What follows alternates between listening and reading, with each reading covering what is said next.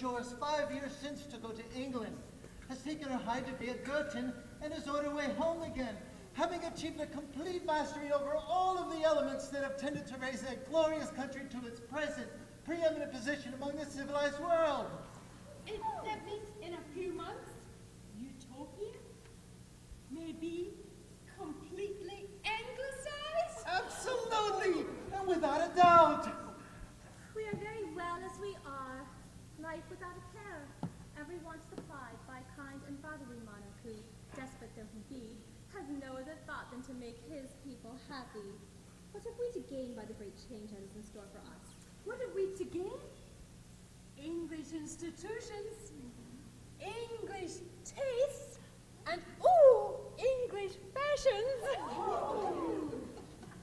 England has made herself what she is because in that favored land, everyone must think for themselves. Here we have no need to think, as our monarch anticipates our every want, and our political opinions are formed for us by the journals to which we subscribe. Think how much more brilliant this dialogue might have been had we been accustomed to exercise our reflective powers. You know, they say in England, conversation in the very meanest is a coruscation of impromptu epigram. Stop, I beg! My lord, I'm surprised at you. Are you not aware that His Majesty in his despotic acquiescence, along with the emphatic wish of his people, has ordered that the utopian language be banished from his court and that all communication shall henceforward be in the English tongue? Yes, I'm perfectly aware. But stop. Allow me. What was that for? Why, I've recently been appointed public explorer to His Majesty. And as I'm constitutionally nervous, I must accustom myself by degrees to the startling nature of my duty. Allow me. I was about to say that although as public explorer I'm next in succession to the throne, I nevertheless do my best to fall in with the royal decree. But when I am overmastered with an indignant sense of overwhelming wrong, I slip into my native tongue without knowing it. I have been told that in the language of that great and pure nation, strong expressions do not exist. Consequently, when I want to let off steam, I have no alternative but to say, What is your grievance? This, by our Constitution, we are governed by a despot, who, although in theory absolute, is in practice nothing of the kind, being watched day and night by two wise men whose duty it is to denounce him to me on his very first lapse from political or social propriety. And in some constitutions, my reined feelings are in his stead. Yes, well, after many unhappy experiments in the direction of an ideal republic, it was found that what may be described as despotism tempered with dynamite provides, on the whole, the most satisfactory description of the ideal ruler, an autocrat who dare not abuse his autocratic power. That's the theory, but in practice, how does it act? Now, do you ever happen to see the Palace Peeper? No, I've never heard of the gentleman. I'm not surprised, because His Majesty's agents always buy up the whole edition. But I have an aunt in the publishing department, and she has supplied me with a copy. It actually teems with circumstantially surprising details of His Majesty's abominable immoralities. If this high-class journal is to be believed, His Majesty is one of the most Helio-Gabellian profligates to ever disgrace the autocratic throne. And do these wise men denounce it to me? Not a bit of it. They winked his immoralities.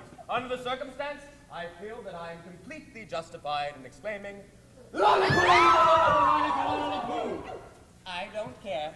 The occasion demands it.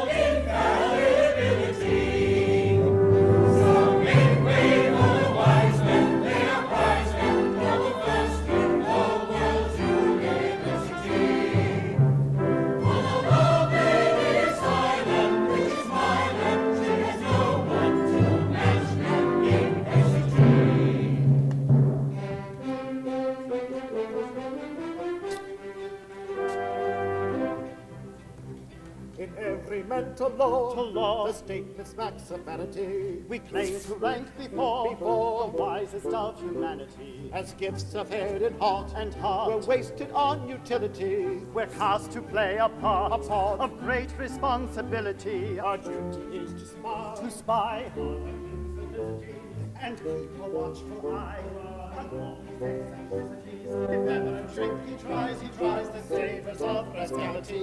At our decree he dies without the least formality.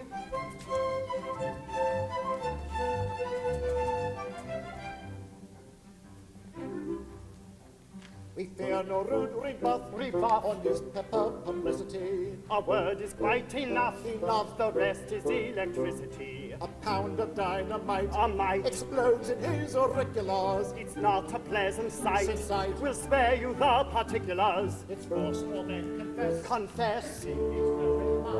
We may say its success is something quite astonishing. Our despotic news with verbs she's quite delightful. He binds his P's and Q's and keeps himself respectable. He's a paragon, wise, modest and calm. In his ways as a child, no one ever met with what crack he had. So delightfully bland to the least in the land, so delightfully bland to the least in the land. So bland, so bland. So make way for the wise men, the uprise men, and the first university. For the lovely is our land, which is my land, she is not university.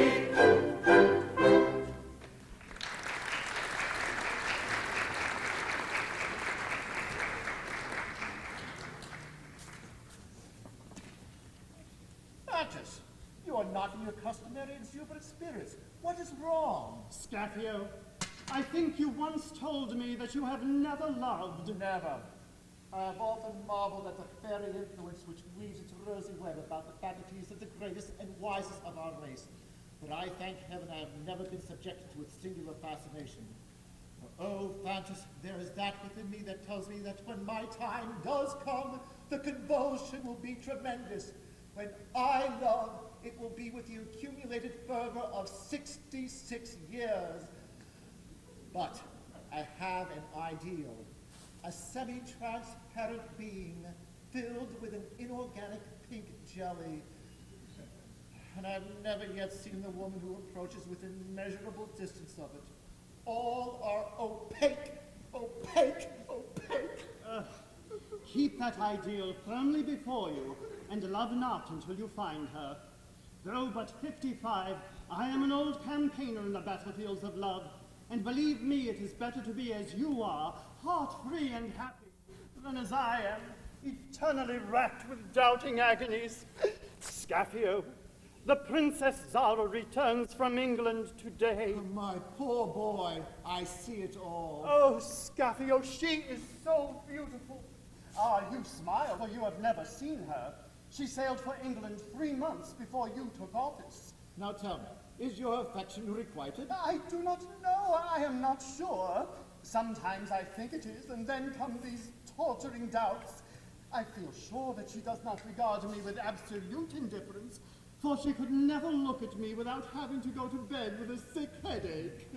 That is surely something. Do you think so? Come, take heart, boy. You are young and beautiful. What more could maiden want? Ah, Scapio, remember, she returns from a land where every youth is as a young Greek god, and where such poor beauty as I can boast is seen at every turn. Be of good cheer. Marry her, boy, if so your fancy wills, and be sure that love will come. Then you will assist me in this? Why, surely, silly one, what have you to fear? Come, take heart. I cannot bear to see you sad. Remember, we have but to say the word, and her father must consent. Is he not our very slave? Oh, now I may hope indeed. Scapio, you have placed me on the very pinnacle of human joy. Let all your doubts take wing, our influence is great. If paramount, our king presume to hesitate, put on a screw and caution him that he will disaster bring, that must pursue to life and liberty. This harmless whim, this harmless whim, this harmless whim, this harmless whim. It is, as you say, a harmless whim, a harmless whim. Observe this dance, which I employ when I've a chance. Go mad with joy. What sentiment does this express? What sentiment does this express?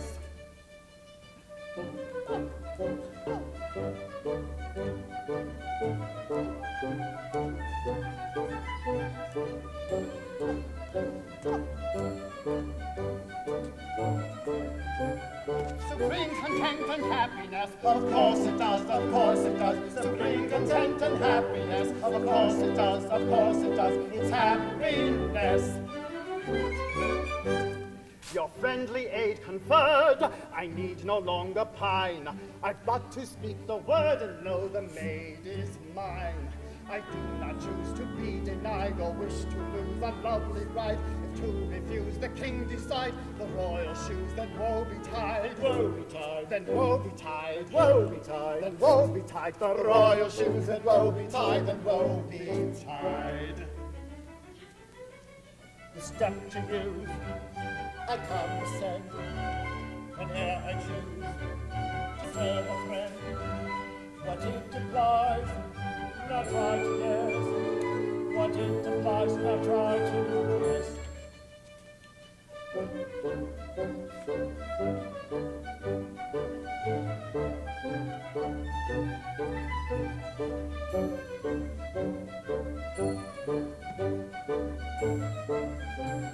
It typifies of selfishness. Of course it does, of course it does. It typifies of selfishness. Of course it does, of course it does. Selfishness.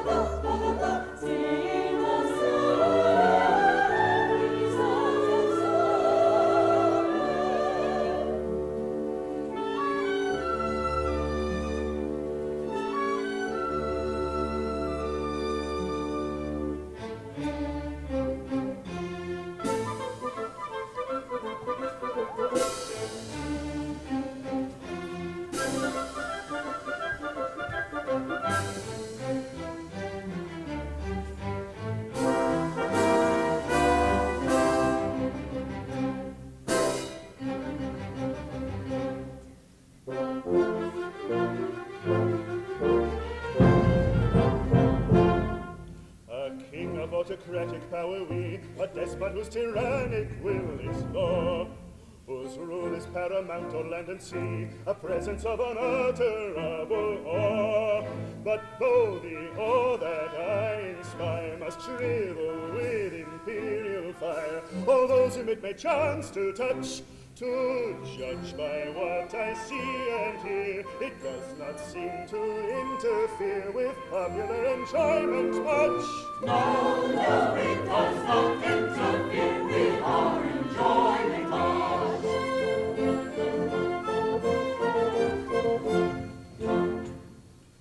Stupendous when we rouse ourselves to strike, resistless when our tyrant thunder peals. We often wonder what obstructions like, and how a contradicted monarch feels. But as it is our royal whim, our royal sail to set and trim, to suit whatever wind may blow, what perfect contradiction deals, and how a thwarted monarch feels, we probably shall never know. No, no, unthwarted monarch feels we'll never, never know.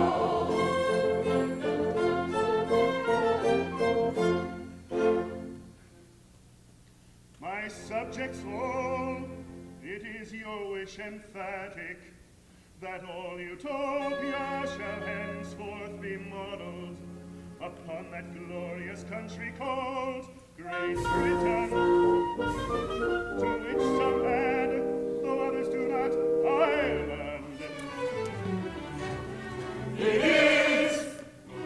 That being so, as you insist upon it, we have arranged that our two younger daughters who have been finished by an English lady, a grave and good and gracious English lady, shall daily be exhibited in public, that all may learn what from the English standpoint is looked upon as maidenly perfection.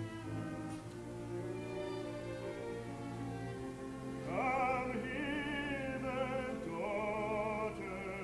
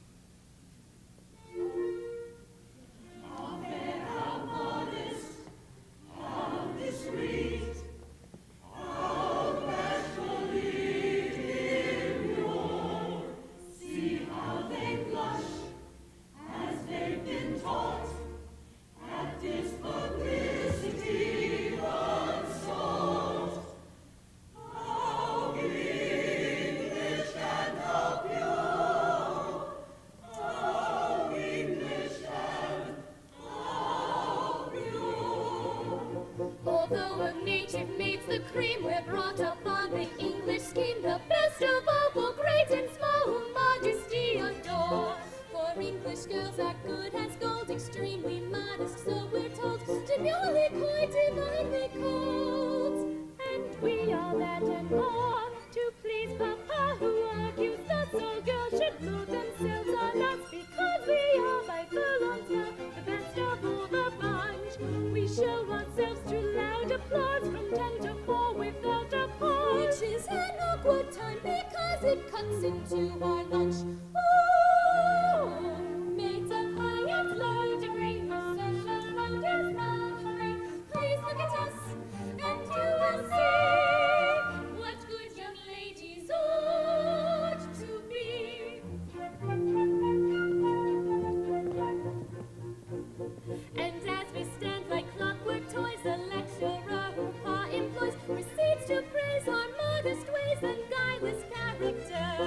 Our well-known blush, our downcast eye, our famous look of mild surprise, which competition still defies.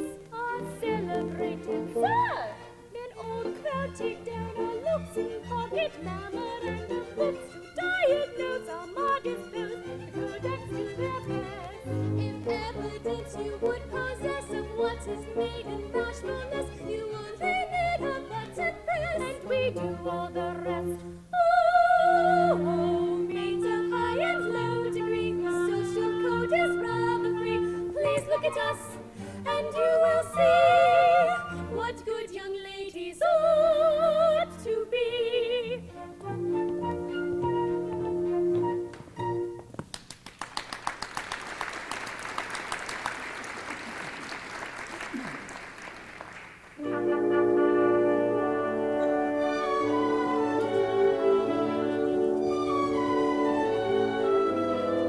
This morning we propose to illustrate a course of maiden courtship from the start to the triumphant matrimonial finish. Bold-faced stranger, perfect stranger, means to well-behaved young ladies. He's attractive, young and active, each a little bit afraid is. Youth advances at his glances, their danger they awaken. They repel him as they tell him he is very much mistaken, very, very much mistaken.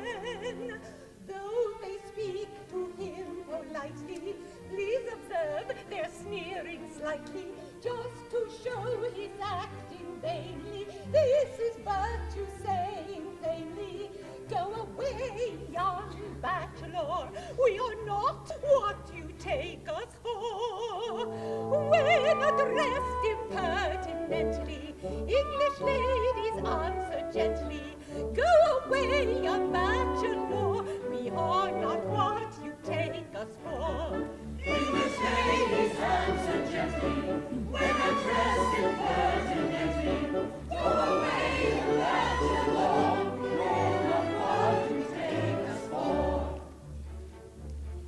As he gazes, hat he raises, enters into conversation, makes excuses, this produces interesting agitation. He with daring, undespairing, gives his card, his rank discloses. Little heeding this proceeding, they turn up their little noses. Yes, their little noses. Pray observe this lesson vital. When a man of rank and title his position first discloses, always cock your little noses. When at home, let all the class try this in the looking glass. English girls of well-bred notions show no unrehearsed emotions. English girls of highest class practice them before the glass. English girls of well-bred notions show no unrehearsed emotions. English girls of highest class practice them before the glass. His intentions, then he mentions something definite to go on, makes recitals of his titles, hints of settlements, and so on. Smiling sweetly, they discreetly ask for further evidences. Thus invited, he delighted, gives the usual references. Don't forget the references. This is business, each is fluttered, when the author's barely uttered which of them has his affection. He declines to make selection. Do they quarrel for his dross? Not a bit of it, they toss. Ah, please observe this cogent moral. English ladies never quarrel. When a doubt they come across, English ladies always toss. Well, observe this cogent moral. English ladies never quarrel. When a doubt they come across, English ladies always toss.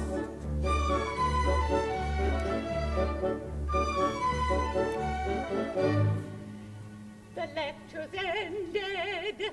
In 10 minutes space, 'twill be repeated in the marketplace.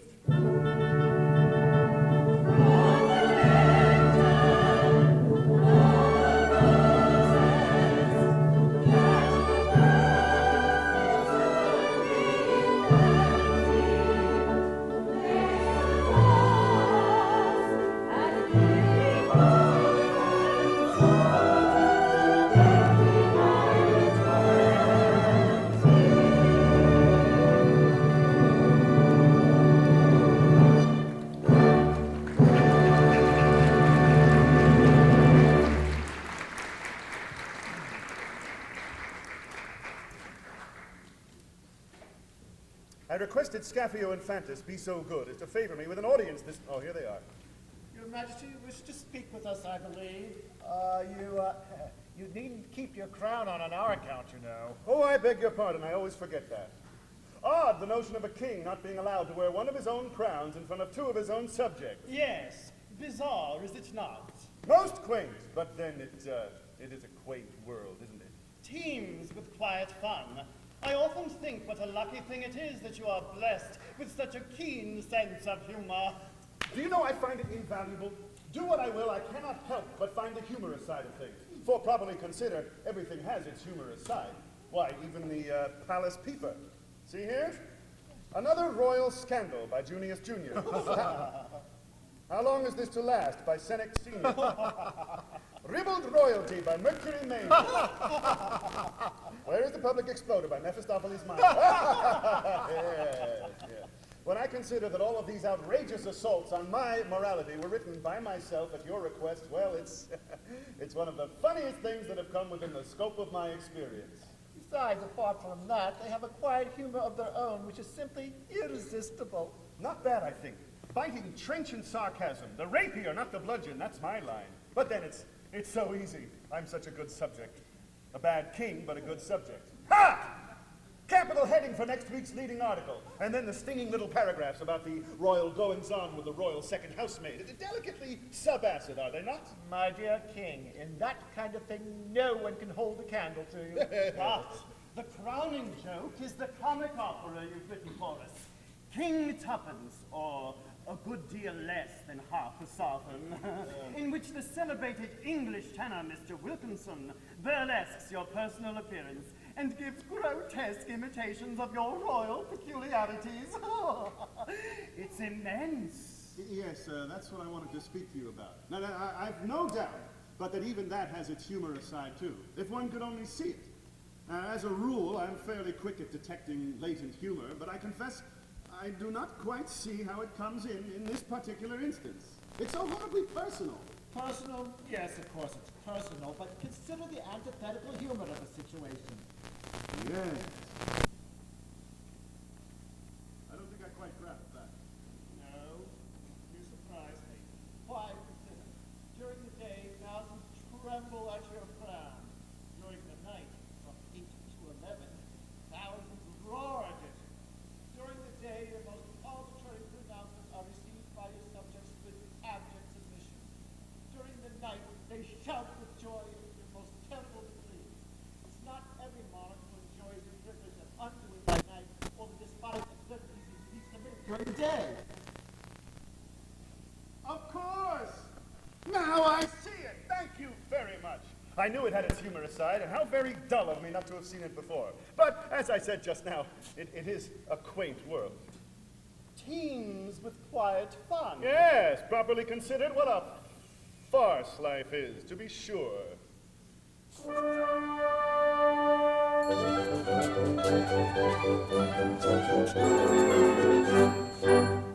First you're born, and I'll be bound you find a dozen strangers round you.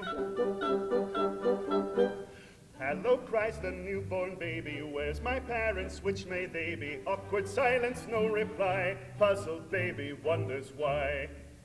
Father rises, bows politely. Mother smiles, but not too brightly. Doctor mumbles like a dumb thing. Nurse is busy mixing something. Every symptom tends to show you're decidedly de trop. Ho, ho, ho, ho, ho, ho, ho. Times the totem, if you spell it, gives its quotum once a minute. I'll go bail, you hit the nail, and if you fail, the juice is in it. You grow up and you discover what it is to be a lover. Some young lady is selected, poor perhaps but well connected, whom you hail, for love is blind, as the queen of fairy kind. Though she's plain, perhaps unsightly, makes her face up laces tightly. In her form your fancy traces all the gifts of all the graces. Rivals none the maiden woo, so you take her and she takes you. Ho, ho, ho, ho, ho, ho, ho. Daily dreaming never ceases till your inning time releases. On your way you blindly stray, and day by day the joke increases. 10 years later, time progresses, sours your temper, thins your tresses. Fancy then her chain relaxes, rates are facts and so are taxes. Fairy queen's no longer young, fairy queen has got a tongue. Twins have probably intruded quite unbidden, just as you did. They're a source of care and trouble, just as you were only double. Comes at last the final stroke, time has had his little joke. Ho, ho, ho, ho, ho, ho, ho. Daily driven wife has drove her, ill you've thriven, errand clover. Lastly when 10, and until then the joke is over. Ho, ho, ho, ho, ho, ho, ho. Daily driven wife has drove her, ill you've thriven, errand clover. Lastly when 10, and until then the joke is over.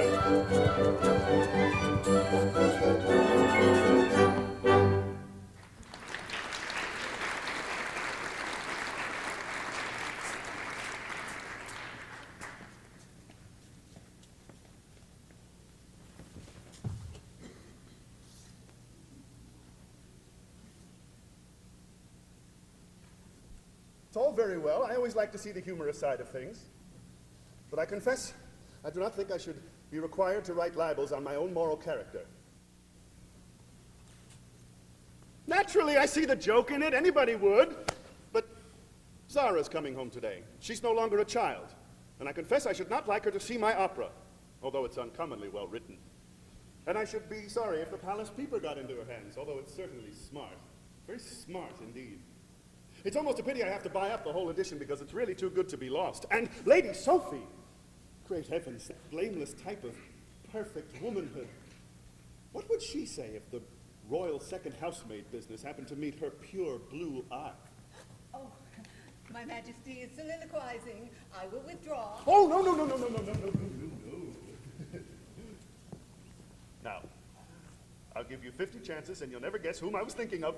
Alas, sir, I know too well. Ah, King, it is an old, old story, and I am well nigh weary of it. Be warned in time.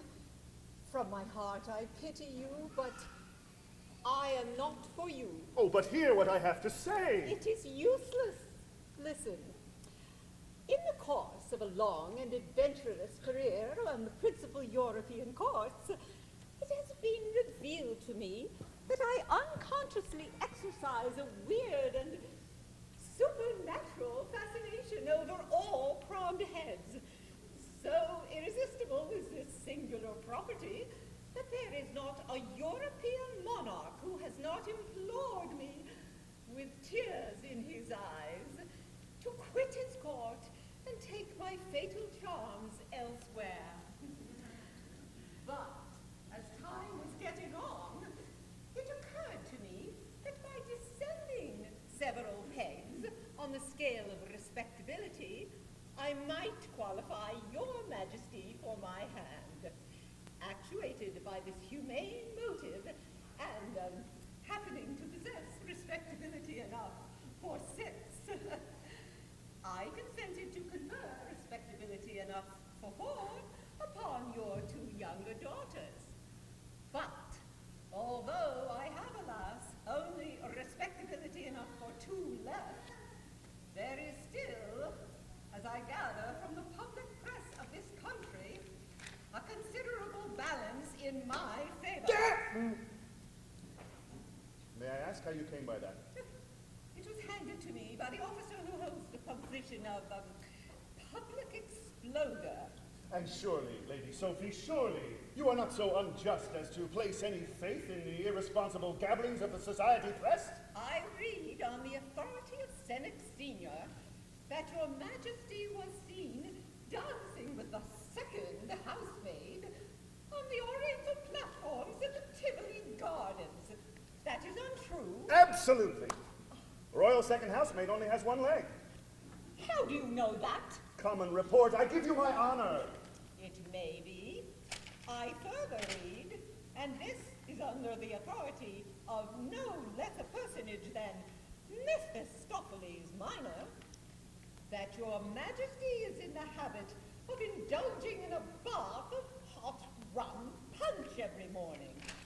I trust I do not lay myself open to the charge of displaying an indelicate curiosity as to the mysteries of the royal dressing room if I inquire if there is any foundation to this story. None whatever. When our medical advisor exhibits rum punch, it is as a draft, not as a fomentation. And as to our bath, our valet plays the garden hose upon us every morning. Pray, spare me the unseemly details. Well, you're a despot. Have you taken steps to slay this scribbler? Well, no, I hadn't gotten as far as that. After all, it's the poor devil's living, you know. It's the poor devil's living that surprises me. If this man lies, there is no recognized punishment sufficiently terrible for him. That's precisely it. I am awaiting the discovery of a punishment that will exactly meet the enormity of the case. I am in constant communication with the Mikado of Japan, who is a leading authority on such points. And, moreover, I have the ground plans and sectional elevations of several capital punishments on my desk at this very moment. Lady Sophie, as you are powerful, be merciful.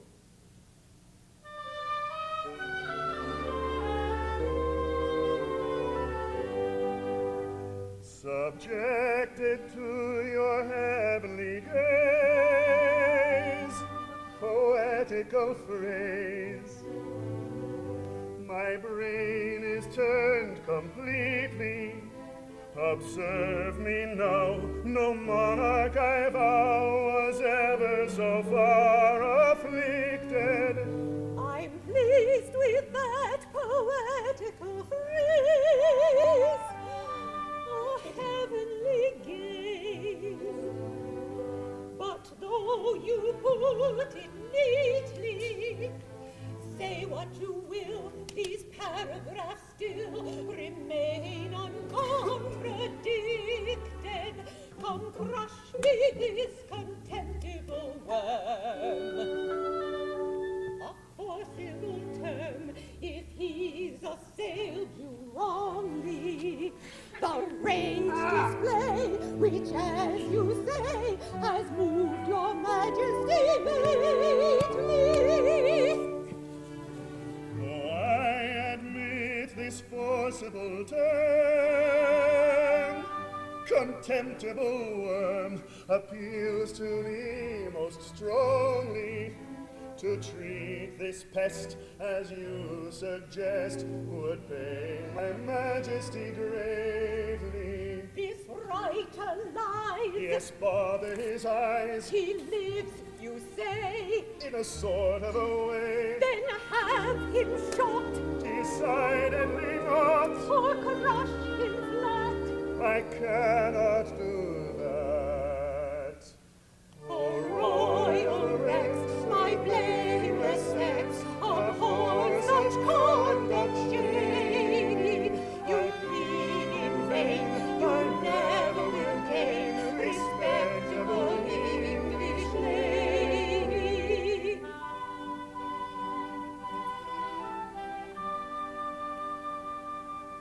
Respectable English lady.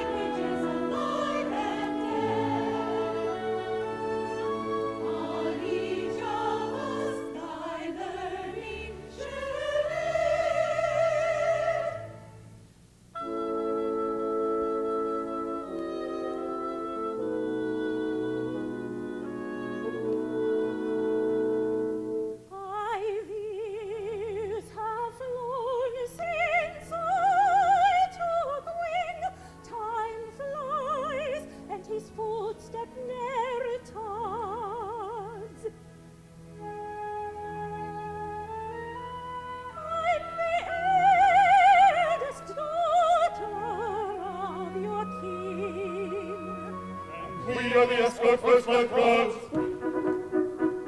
On the royal yacht when the waves were white, with a helmet hot and a tunic white and a great big boots, we deployed a storm, for we're not recruits in uniform. Oh, well-bred trooper, near escort, we stood as the escort first lifeguards. First lifeguards, the first lifeguards. We are the escort first lifeguards. These gentlemen I present to you, the pride and boast of their barrackyards. They've taken oh such care of me. And we are the escort first lifeguards. When the tempest rose and the ship went so, do you suppose we were ill? No, no. A Cornish log with a tunic tight, and a helmet hot, and a breastplate bright, which a well-known trooper Ned escorts. He's doing the escort first lifeguards. First lifeguards, the first lifeguards.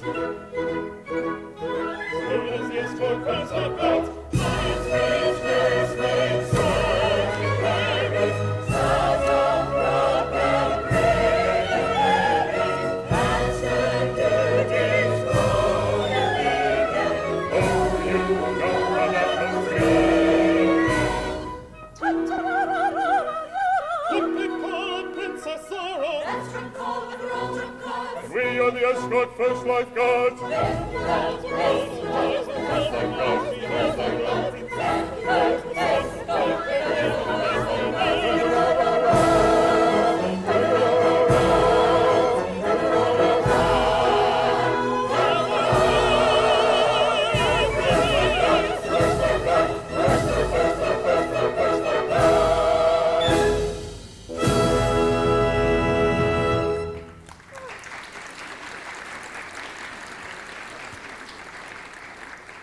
Troops, guards, post!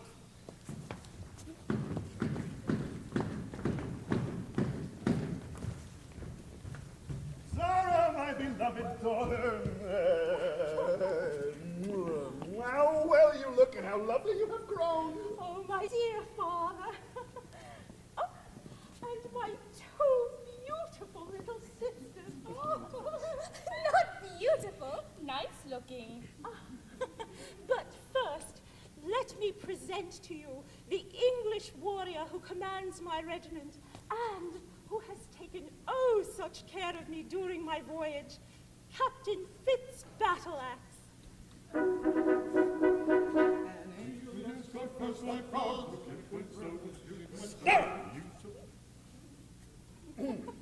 Sir, you come from a country where every virtue flourishes. We trust you will not criticize too severely such shortcomings as you may detect in our semi-barbarous society. Sir, I have eyes only for the blameless and the beautiful.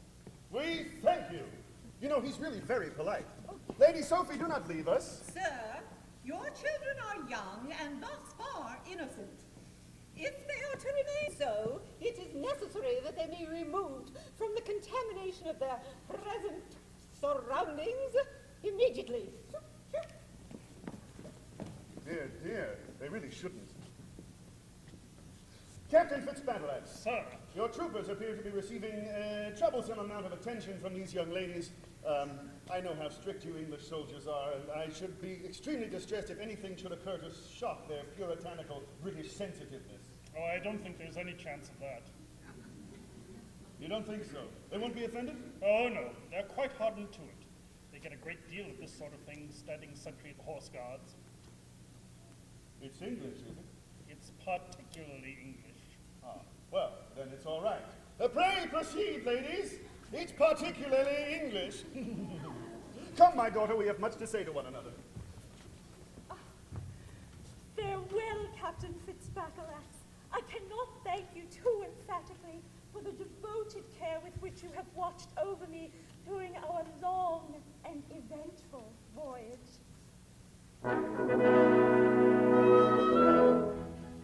Ah, gallant soldier, brave and true, in tented field and tourney, I grieve to have occasioned you so very long journey. A British soldier gives up all his home and island beauty, when summoned by the trumpet call of regimental duty. A British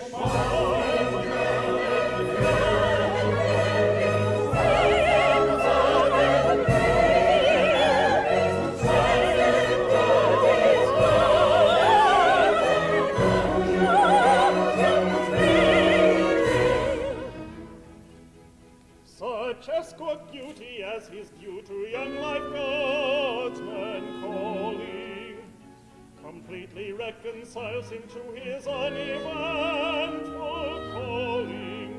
When soldier seeks utopian glade in charge of youth and beauty, then pleasure merely masquerades as regimental duty.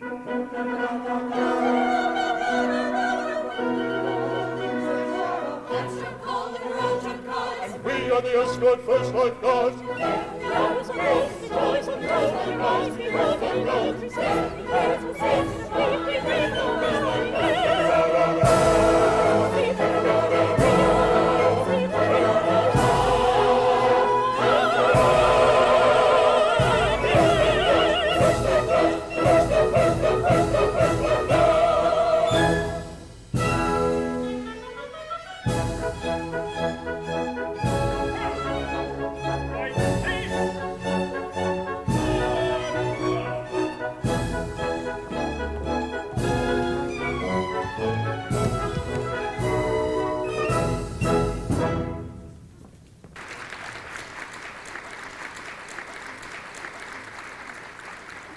There, tell me, Scapio, is she not beautiful? Can you wonder that I love her so passionately? No, she's extraordinarily, miraculously lovely. Good heavens, what a singularly beautiful girl. I knew you would say so. Exquisite charm of manner. What surprising delicacy of gesture. Why, she's a goddess, a very goddess. Yes, she's an attractive girl. Attractive? Why, you must be fine. She's entrancing, enthralling, intoxicating. God bless my heart, what's the matter with me? Yes, you promised to help me to get her father's consent, you know. Promised? Yes, but the convulsion has come, my good boy. It is she, my ideal. Why, what's this? Fantasy, startling, I'm going mad. Scapio, compose yourself, I beg. The girl is perfectly opaque. Besides, remember, each of us is helpless without the other. You can't succeed without my consent, you know. And you dare to threaten? How ungrateful. When you came to me, palsied with love for this girl, and implored my assistance, did I not unhesitatingly promise it? And this is the return you make? Out of my sight, ingrate! Dear, dear, what is the matter with me? Oh dear, I'm afraid we are interrupting a tete-a-tete. No, no, you come very appropriately. To be brief, we love you, this man and I, madly, passionately. Sir! And we don't know how we are to settle which of us is to marry you. Sorrow, this is very awkward. I am paralyzed by the singular radiance of your extraordinary loveliness. I know I am incoherent. I never was like this before. It shall not occur again. I shall be fluent presently. Oh dear, Captain Fitzbattleaxe, what is to be done? Leave it to me. I'll manage it. It's a common situation. Why don't you settle it in the English fashion? The English fashion? What is that? It's simple. In England, when two gentlemen are in love with the same lady, and until one gentleman has blown out the brains of the other, it is provided in the Rival Admirers Clauses Consolidation Act that the lady shall be entrusted to an officer of household cavalry as stakeholder to be bound over to the survivor on the tontine principle in a good condition of substantial and decorative repair. Reasonable wear and tear and damages by fire accepted? Exactly. Well, that seems very reasonable. What do you say? Shall we entrust her to this officer of household cavalry? It will give us time. I'm not at present in a condition to think it out coolly, but if he is an officer of household cavalry, and if the princess consents... Alas, dear sirs, I have no alternative. Under the Rival Admirers Clauses Consolidation Act. Good. Then it's settled. It's understood, I think, around that by the English custom bound, I hold the lady safe and sound in trust for either rival, until you clearly testify by sword and pistol by and by, which gentleman prefers to die, and which prefers survival. It's clearly understood around that by your English custom bound, he holds the lady safe and sound in trust for either's rival, until he clearly testify by sword or pistol by and by, which gentleman prefers to die, and which prefers survival. If I should die and he should live to you without reserve, I give her heart so young and sensitive and all her predilections. If he should live and I should die, I see no kind of reason why you should not, if you wish it, try to gain her young affections. I should die, Who will live and die? I see no kind of reason why I should not, I should die, see no kind of reason why you should not try to gain her young affections. If I should die, listen on the side, I give a heart to size, listen to the power predilections. If we should live and I should die, see no kind of reason why I should not, if you choose, try to gain her young affections.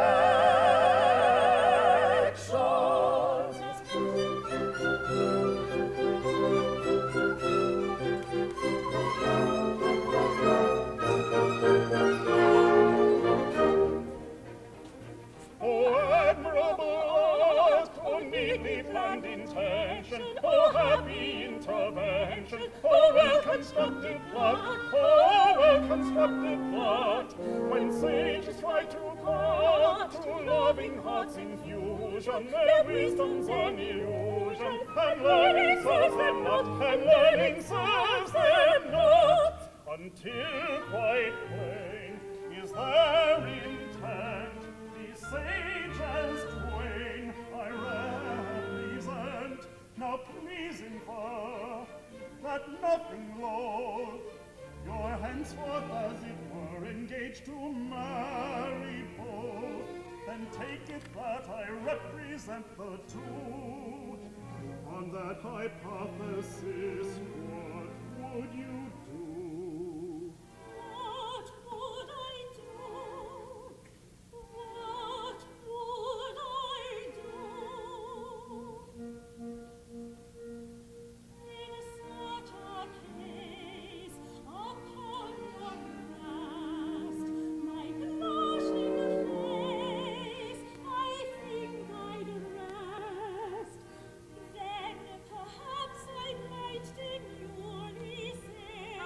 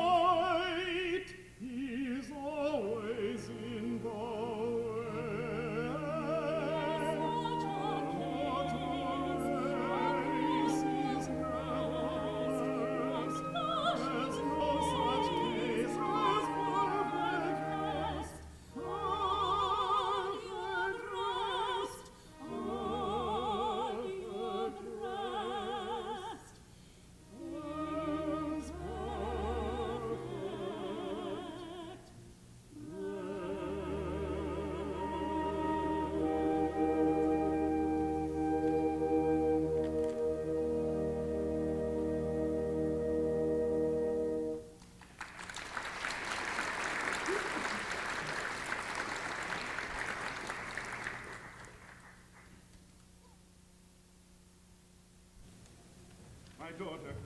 At last we are alone together. Yes, and I am glad we are, for I want to speak with you very seriously. Do you know this paper? Where in the world did you get that from? It was given to me by Lady Sophie, my sister's governess. Lady Sophie is an angel, but I do sometimes wish she'd mind her own business. Well, it's rather humorous. I see nothing humorous in it. I only see that you, the despotic king of this country, are made the subject of the most scandalous insinuations. Why do you permit these things? Well, it appeals to my sense of humor. It's the only truly comic paper in Utopia. I wouldn't be without it for the world. If it had any literary merit, I could understand it. Oh, it has literary merit. Oh, distinctly it has literary merit. My dear father, it is mere ungrammatical twaddle. Oh, it's not ungrammatical. I can't allow that. Unpleasantly personal, perhaps, but written with an epigrammatical point, which is, I flatter myself, very rare nowadays. Very rare indeed. Why do they represent you with such a big nose? Hmm? Yes, it is a big one.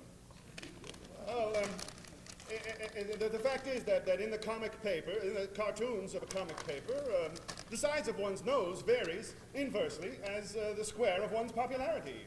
It's the rule. Then you must be at a tremendous discount just now. Well, I see a piece entitled King Tuppence, in which an English tenor has the audacity to personate you on a public stage. I can only say that I am surprised that any English tenor should lend himself to such degrading personalities. well, he's not really English. As it happens, he's utopian, but he calls himself English. Calls himself English? Yes, bless you. They wouldn't listen to any tenor who didn't call himself English. And you permit this insolent buffoon to personate you in a pointless burlesque? My dear father, if you were a free agent, you would never permit the outrages. Zara, I admit I am not altogether a free agent. I am controlled. I try to make the best of it, but sometimes I find it very difficult indeed. Nominally a despot. I am, between ourselves, the helpless tool of two unscrupulous wise men who insist on my falling in with all their plans and who threaten to renounce me for immediate explosion if I remonstrate.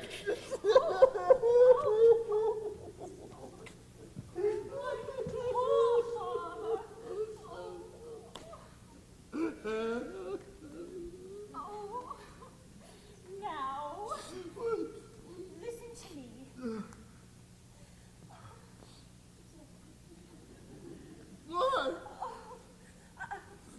With a view to remodeling the political and social institutions of Utopia, I have brought with me 6 representatives of the principal causes which have made England the powerful, happy, and blameless country that the consensus of European civilization has declared it to be. Place yourself unreservedly in the hands of these gentlemen, and they will remodel your country so that you can defy your persecutors. They're all now washing their hands after their journey. Shall I introduce them? My daughter, how can I thank you? I would consent to anything that would release me from the abominable tyranny of these 2 men. What ho, without there! Summon my court without an instant's delay.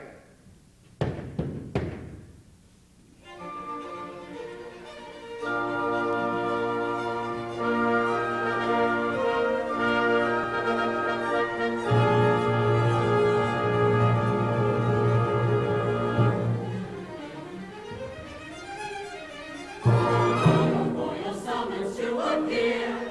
Crown princes seem singularly free.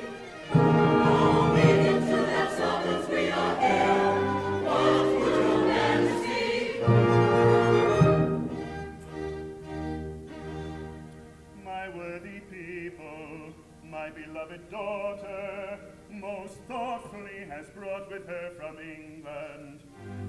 types of all the causes that have made that great and glorious country what it is. Oh, joy unbounded! What does this mean? What does it mean? What does it mean? What does it mean? Attend to me, utopian populace, ye South Pacific Island viviparians. All in the abstract types of courtly grace, yet when compared to Britain's glorious race, but little better than half-clothed barbarians. Yes, contrasted when with Englishmen, we're little better than half-clothed barbarians. What does she mean? What does she mean?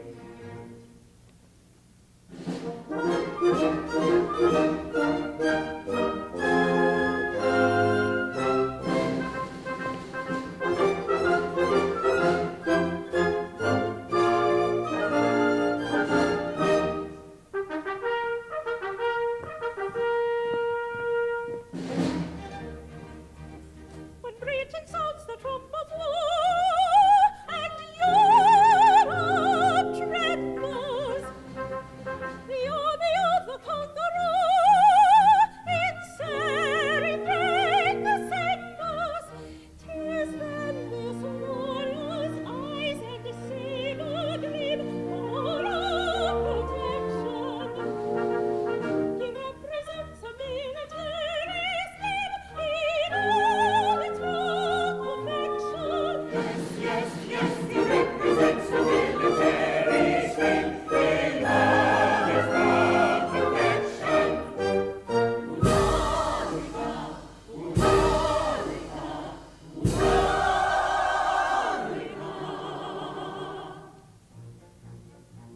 A complicated gentleman, allow me to present. Of all the arts and faculties, the first embodiment. He's a great arithmetician who can demonstrate with ease that 2 and 2 are 3 or 5 or anything you please. An eminent logician who can make it clear to you that black is white when looked at from the proper point of view.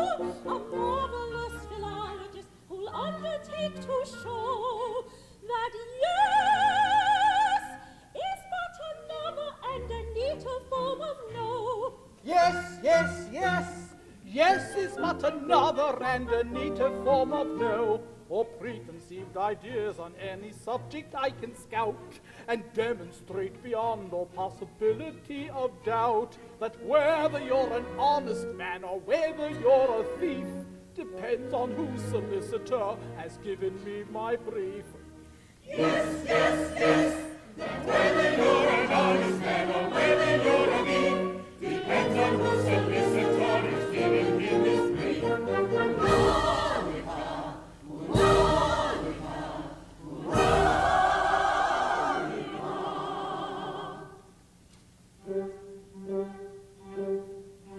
What these may be, utopians all, perhaps you'll hardly guess. They're types of England's physical and moral cleanliness. This is our Lord High Chamberlain of purity again. He'll cleanse our court from moral stain and purify the state. Yes, yes, yes. Old reputations I revise and presentations scrutinize. New plays I read with jealous eyes and purify the stage.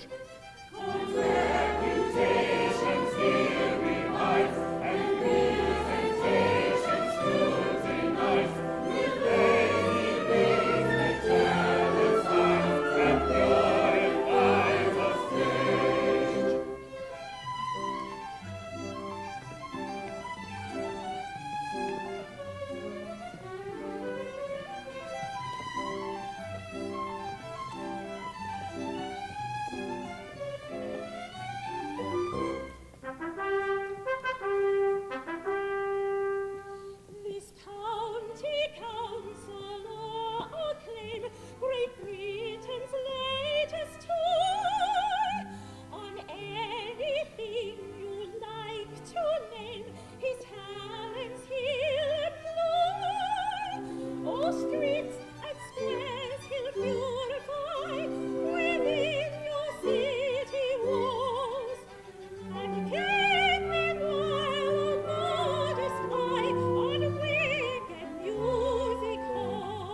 Yes, yes, yes, in pounds I make improvements great, which go to swell the county rate. In dwelling houses sanitate, I beautify the halls.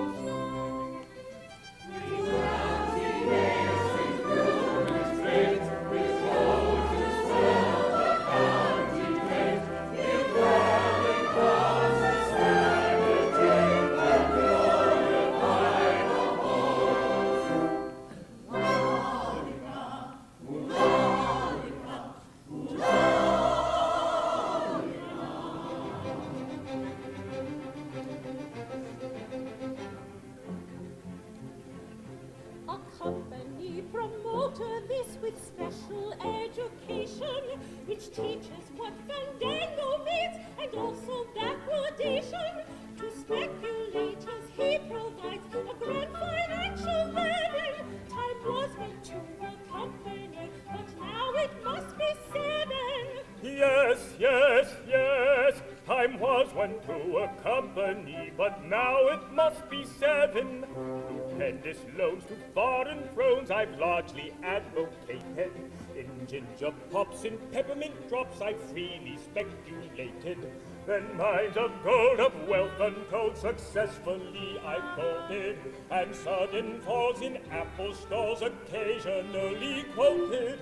And soon or late I always call for stock exchange quotation. No scheme too great and none too small for companification. Yes, yes, yes, no schemes too great and none too small for companification. And lastly I present Great Britain's proudest boast, who from the blows of foreign foes protects the Seagate coast. And if you ask him in respectful tone, he'll tell you how you may protect your own.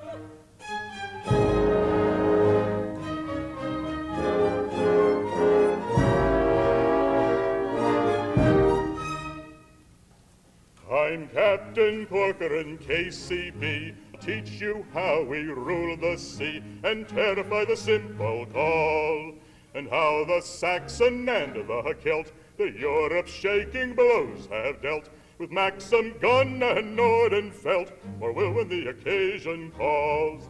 If sailor-like you'd play your cards, unbend your sails and lower your yards, unstep your mast, you'll never want a more. Though we're no longer hearts of oak, but we can steer and we can stoke, and thanks to coal and thanks to coke, we never run a ship ashore. What, never? No, never. What, never? Hardly ever. Ashore, yet creatures and creatures walk on the town, never run a ship ashore, and yet creatures and creatures walk on, never run a ship ashore.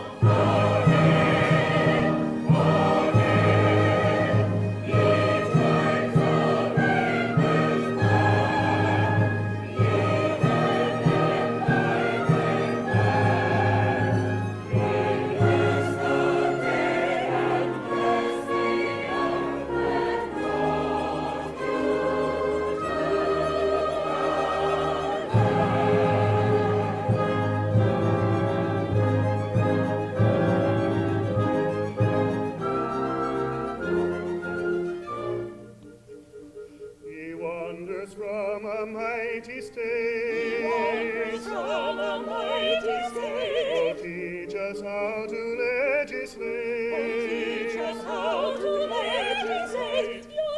Your lightest word will carry weight in all eternity. Teach the natives of this land. Oh, teach the natives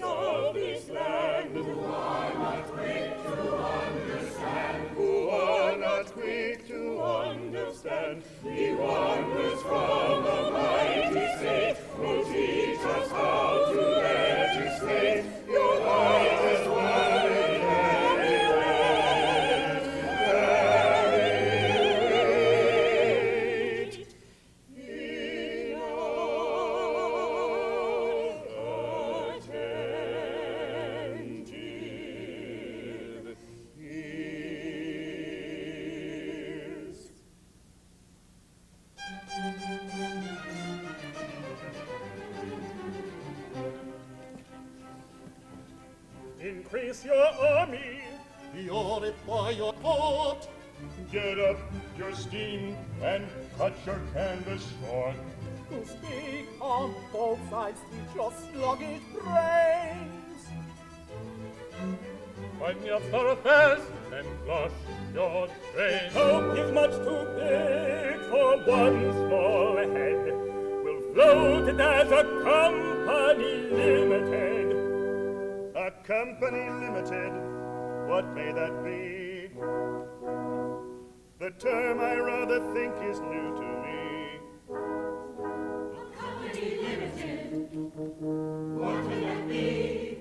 What does it mean? What does it mean? Give us our kind of clue. What does it mean? What does it mean? What is he going to do?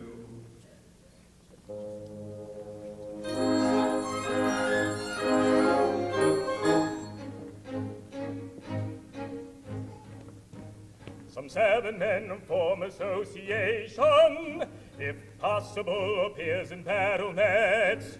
They start off with the public declaration, to what extent they mean to pay their debts. That's called their capital. If they are wary, they will not quote it as a sum immense. The figure's immaterial, it may vary from 18 million down to 18 pence.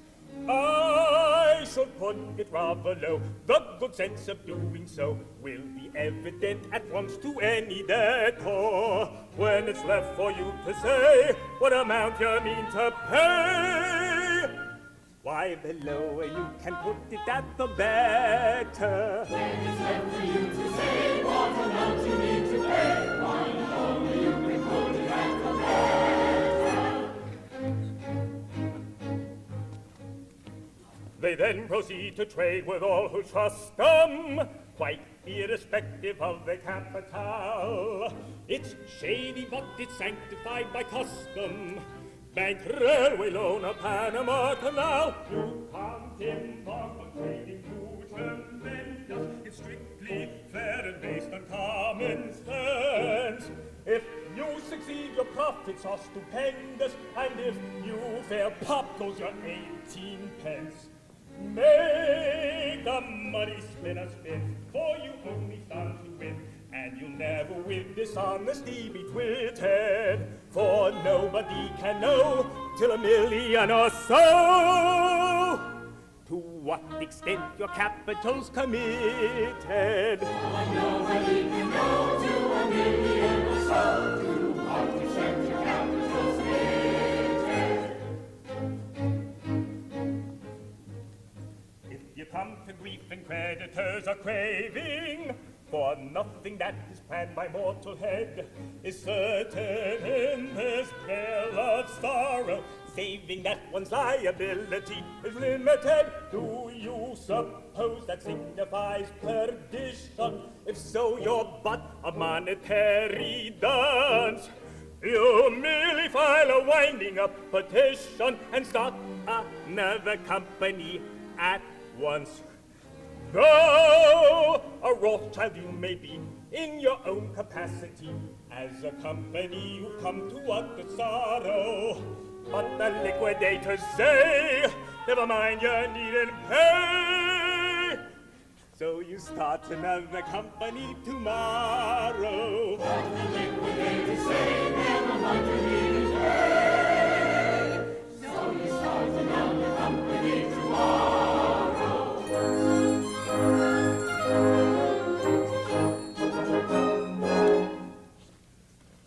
Well, at first sight, that strikes us as dishonest. But if it's good enough for virtuous England, the first commercial country in the world, it's good enough for us. You'd best take care. Please recollect, we have not been consulted. And do I understand you that Great Britain, upon this joint stock principle, is governed? We haven't come to that exactly, but we're tending rapidly in that direction. The day's not distant.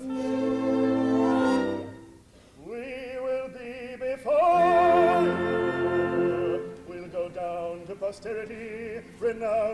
first sovereign in Christendom, who registered his crown and country under the Joint Stock Companies Act of 62.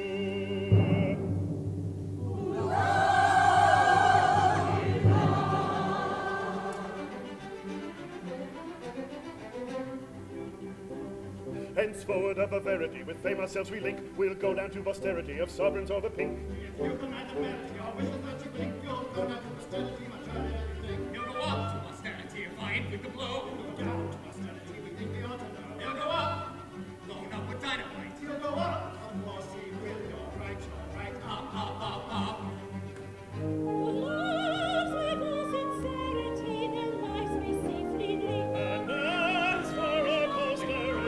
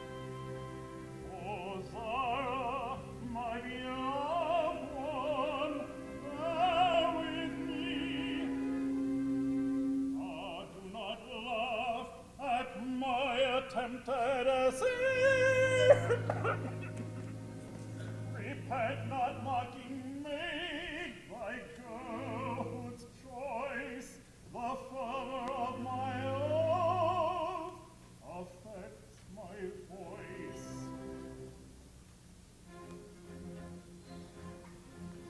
A tenor all sings above, this doesn't admit of a question. Should keep himself quiet, attend to his diet, and carefully nurse his digestion. But when he is madly in love, it's certain to tell in his singing. You can't do chromatics with proper emphatics when anguish your bosom is wringing. When distracted worries are plenty, and his pulse is 120, and his fluttering thoughts of the slave mistrust is a observe. Oh! You see, I can't do myself justice.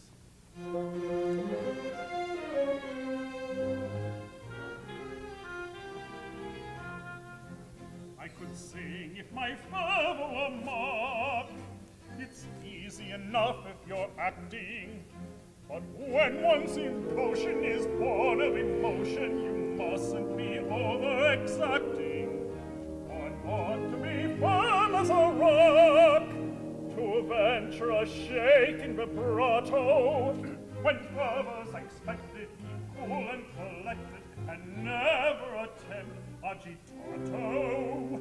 But of course, when his tongue is a bladder, and his lips appear pasted together, and his delicate palate as dry as a crust is, a tenor can't do himself justice. Now observe.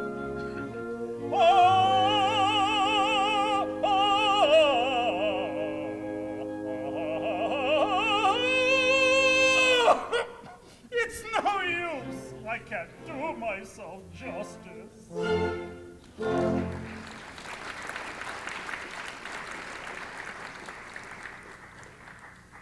Why, Arthur, what does it matter?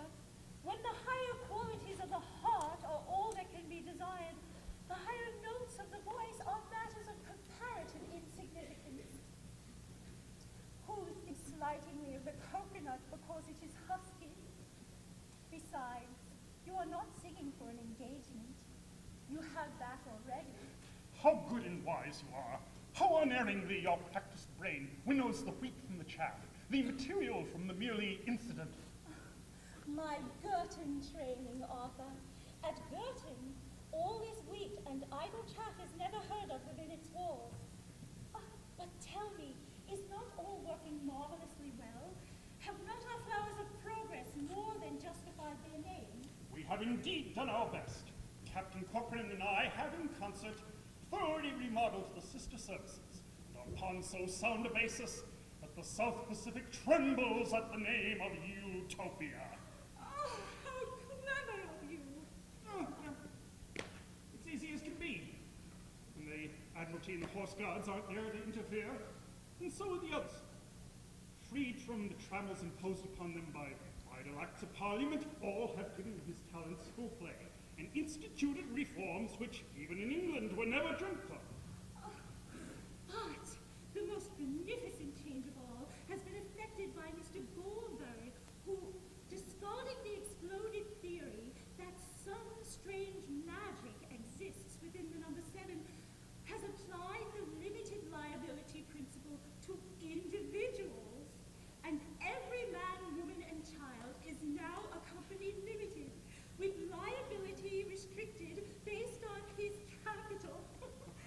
There is not a christened baby in Utopia who has not issued his little prospectus. Marvelous is a civilization which can transmute at a word a limited income into an income limited. Yes. Reform has not stopped here. It has affected even the costume of our people. Discarding their own barbaric dress, the natives of our land have adopted the tasteful fashions of England in all their rich entirety. Scapio and Fantus have undertaken a contract to furnish the whole of Utopia with clothing designed upon the most approved English models. And the first drawing room under the new state of things is to be held here this evening. But drawing rooms are always held in the afternoon. We've improved upon that. We all look so much better by candlelight. And when I tell you, dearest, that my new court dress has arrived, you will understand that I am longing to go and try it on. Then we must part. Oh, necessarily for a time. Just when I wanted to tell you with all the passionate enthusiasm of my nature, how deeply and how devotedly I love you. Are those the accents of a heart that really feels? True love does not indulge in declamation. Its voice is sweet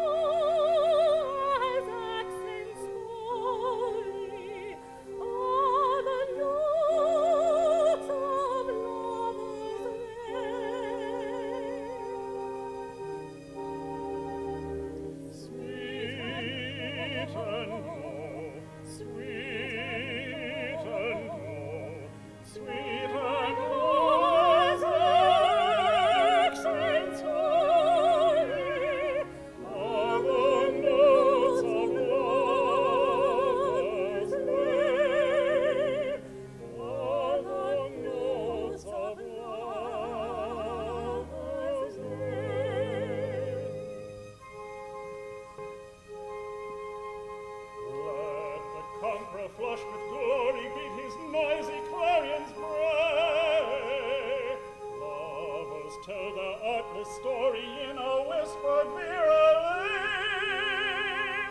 False is he whose vows alluring bid the listening echoes ring, sweet and low when all enduring are the songs that lovers sing.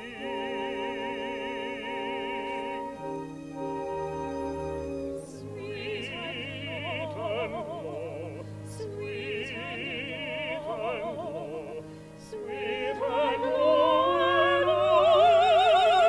enduring are the songs that lovers sing, are the songs that lovers sing.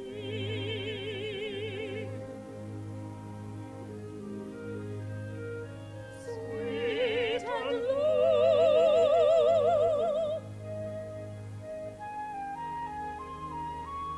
sweet and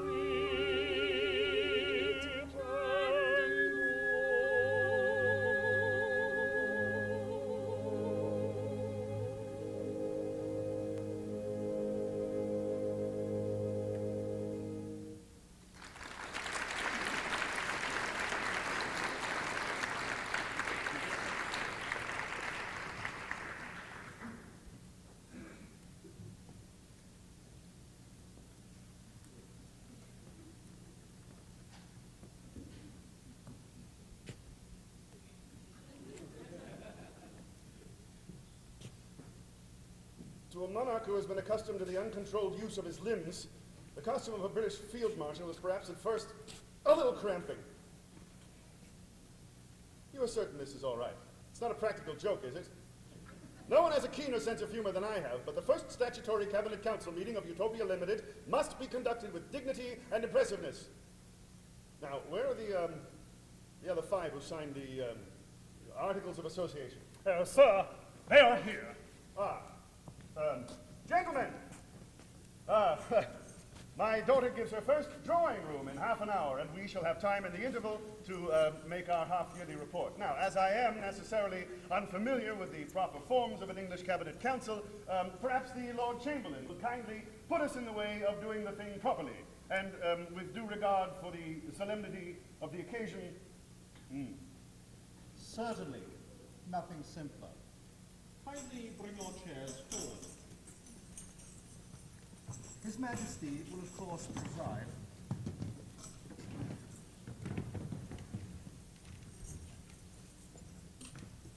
Like this? Like this. Oh, much better, yes. Well, we shall take your word for it that this is all right.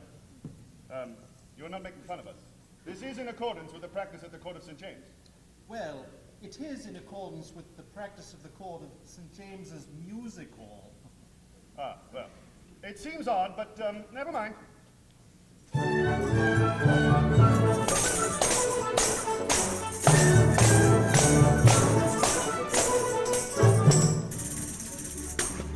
Society has quite forsaken all her wicked courses, which empties our police courts and abolishes divorces. Divorce is merely obsolete in England.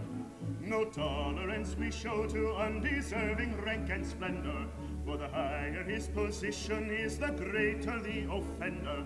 That's a maxim that is prevalent in England. Now peerless in our drawing room before the presence passes, who wouldn't be accepted by the lower middle classes? Each shady dame, whatever be her rank, is bowed out neatly. In short, this happy country has been anglicized completely, completely, completely. It really is surprising what a thorough anglicizing we have done about the jokes from another land. In her mesmerizing movement, she is singing with the presence of the another land.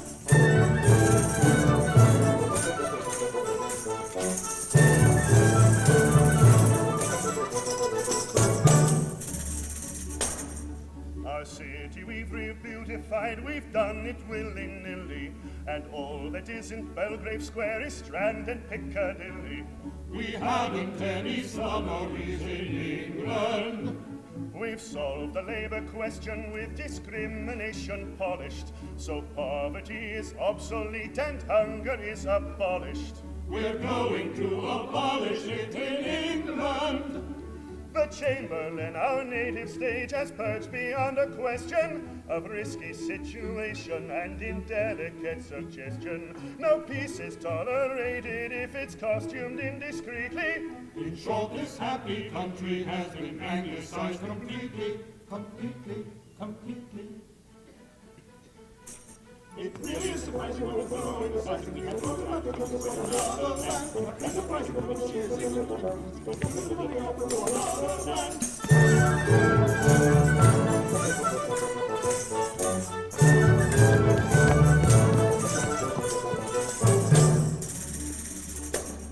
Our peerage we've remodeled on an intellectual basis, which certainly is rough on our hereditary races. We're going to remodel it in England. The brewers and the cotton lords no longer seek admission, and literary merit meets with proper recognition.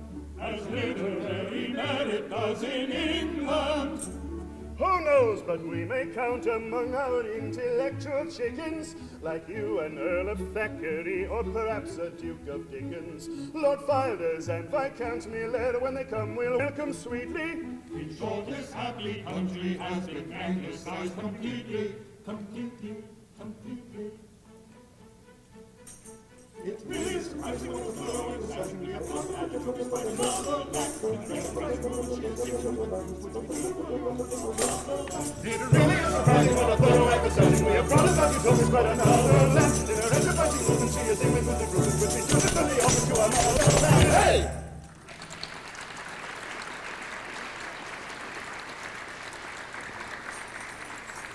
Now for our first drawing room. Where are the princesses? What an extraordinary thing it is that ever since European looking glasses have been supplied to the royal bedrooms, my daughters are invariably late. Sir, their highnesses await your pleasure in the anteroom. Well, request them to do us the favor to enter at once.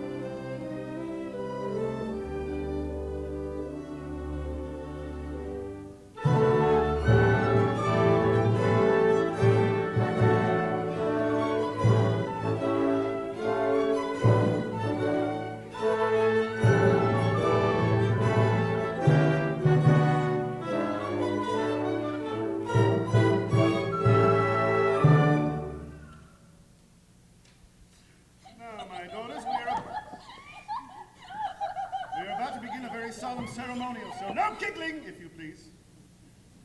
Now, my Lord Chamberlain, we are ready. Then, ladies and gentlemen, places if you please. His Majesty will take his place in front of the throne, and will be so obliging as to embrace all the debutantes. What, must I really? Absolutely indispensable. More jam for the palace peeper.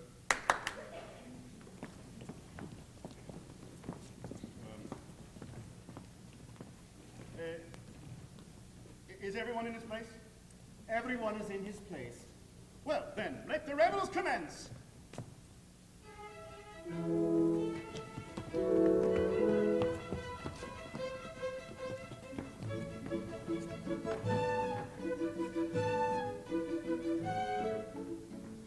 Miss Georgia Peach.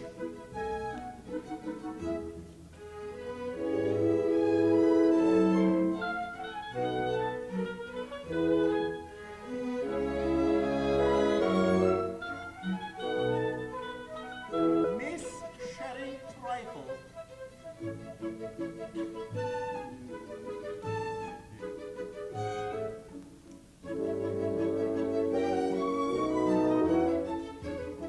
Miss Lettuce Romaine.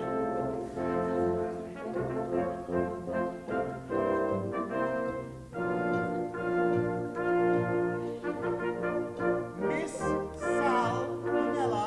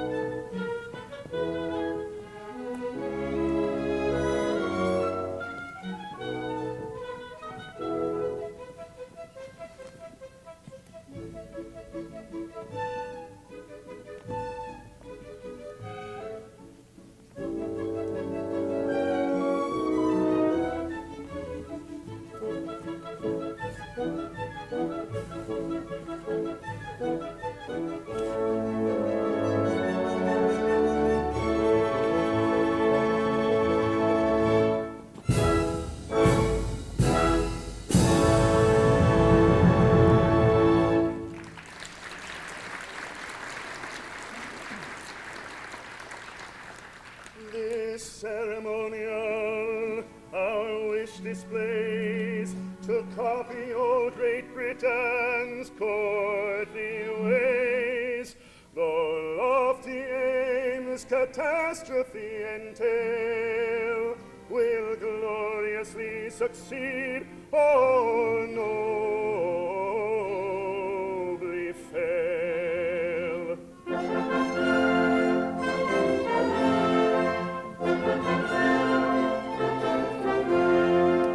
Eagle high, proud and soaring, sparrow twittering on a reed, tiger in the jungle roaring, frightened fawn and grassy mead. Let the eagle, not the sparrow, be the object of your arrow. Fix the tiger with your eye, pass the fawn in pity. Glory, glory, glory, then will crown the day. Glory, glory, anyway. Glory, anyway. Glory, anyway. Glory,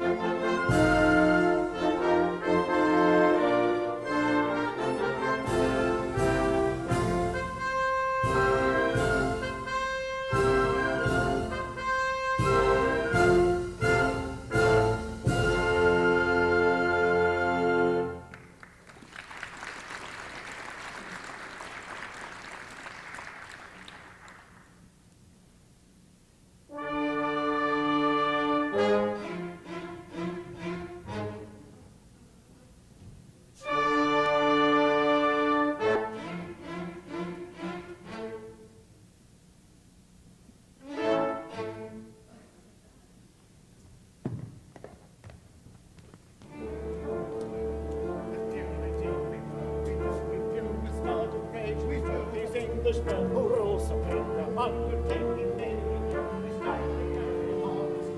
Which will decay, they know it, which will decay. We think it is our turn. We think our turn has come. We do. These Englishmen, they must prepare to see and unfazed.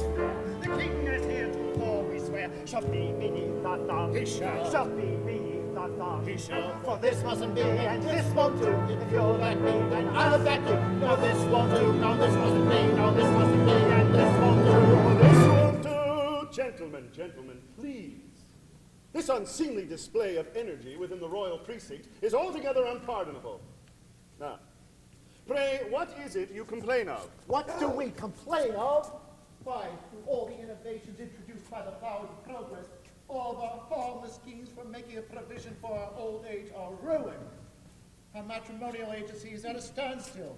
Our cheap charity business is in bankruptcy. Our army clothing contracts are paralyzed. And even our society paper, the Palace Peeper, is practically defunct. Defunct? You don't say so. Dear, dear, I am truly sorry. Are you aware that Sir Ballybor has introduced a law of libel by which all editors of scurrilous newspapers are publicly flogged, as in England? And 6 of our editors have resigned in succession. Now, the editor of a scurrilous paper can stand a good deal. He takes a private thrashing as a matter of course. It's considered in his salary. But no gentleman likes to be publicly flogged. Naturally, I shouldn't like it myself. Then our burlesque theatre is absolutely ruined. Dear, dear. Well, theatrical property is not what it was.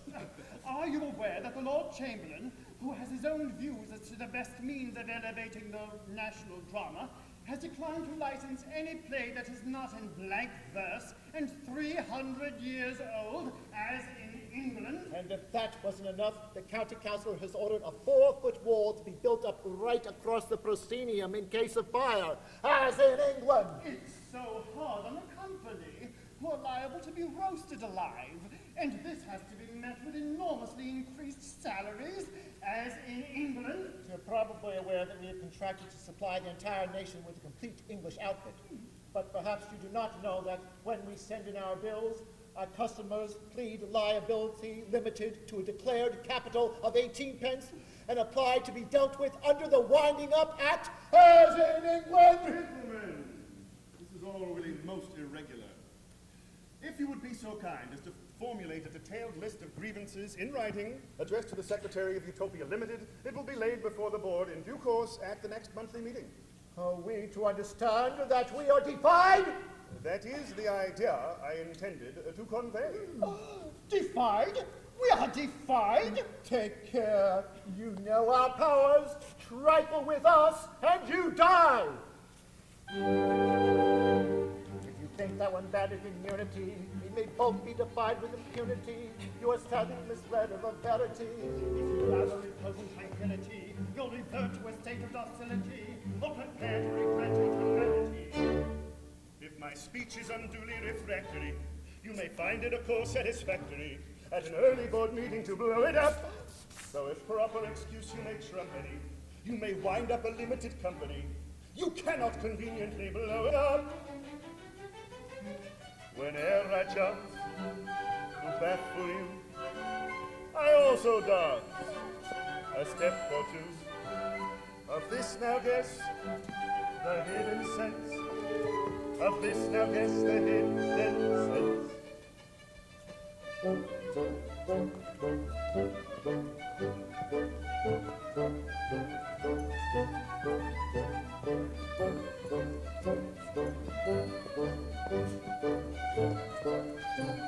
It means complete indifference. Of course it does, of course it does. It means complete indifference. Indifference, indifference, indifference. As we dance on every move, one and one, listening, falling and dignifies remorselessness, remorselessness, remorselessness. It means a ruff of cheerfulness, remorselessness, remorselessness, it gets about cheerfulness.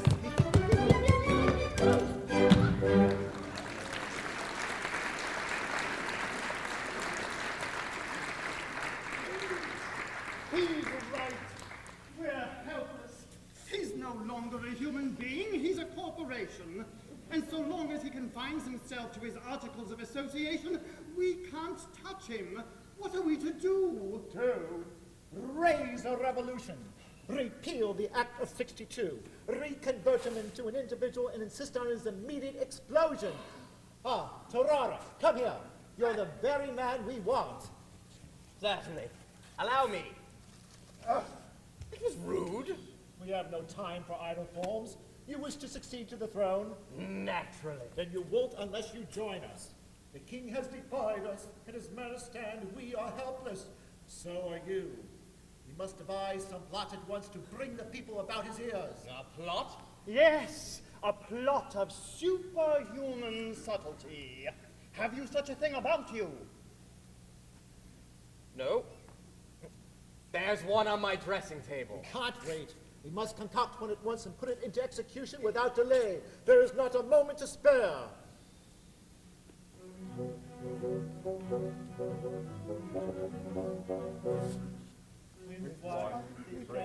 Upon the spot of a private plot, we'll plan the most ingenious private plots and private plots began. That's understood. So far we've got, and striking while the iron's hot. We'll now determine like a shot the details of this private plot. I think we ought. Such bosh I never heard. Ah, happy thought. How utterly dashed absurd. I'll tell you how. Yeah. Why, what would that your head? I've got now. Oh, take him away to bed. Oh, put him to bed. Oh, put him to bed. What would lead to bed? Yes, certainly put him to bed. But bless me, don't you see? Do listen to me, I pray. It certainly seems to me. Bah, this is the only way. It's rubbish, absurd, you growl. You talk ridiculous stuff. You're a dribbling mongrel. You're a vapid and vain old muff. You're a vain old muff. You're a dribbling mongrel. You're a vapid and vain old muff. A vain old muff. We haven't quite solved the plot. They're not a very ingenious lot. But don't be unhappy, it's still not happy. We'll presently hit on a capital plot.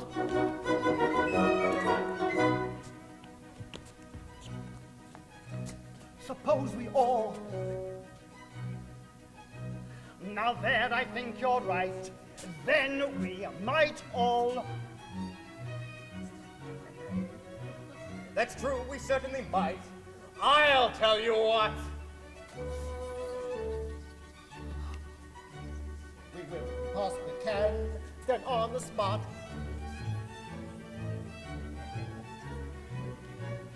Bravo, a capital plan. That's exceedingly neat and new. Exceedingly new and neat. I fancy that will do. It's certainly very complete. Well done, you sly old sap. Bravo, you cunning old mole. Very ingenious chap. You intellectual soul. Bravo, you cunning old mole. The capital plan we've got, we won't say how and we won't say what. It's taken my noddle and off we will toddle and try to develop this capital plot. And that's the capital plan we've got, we won't say how and we won't say what. It's taken my noddle and off we will toddle and try to develop this capital plot.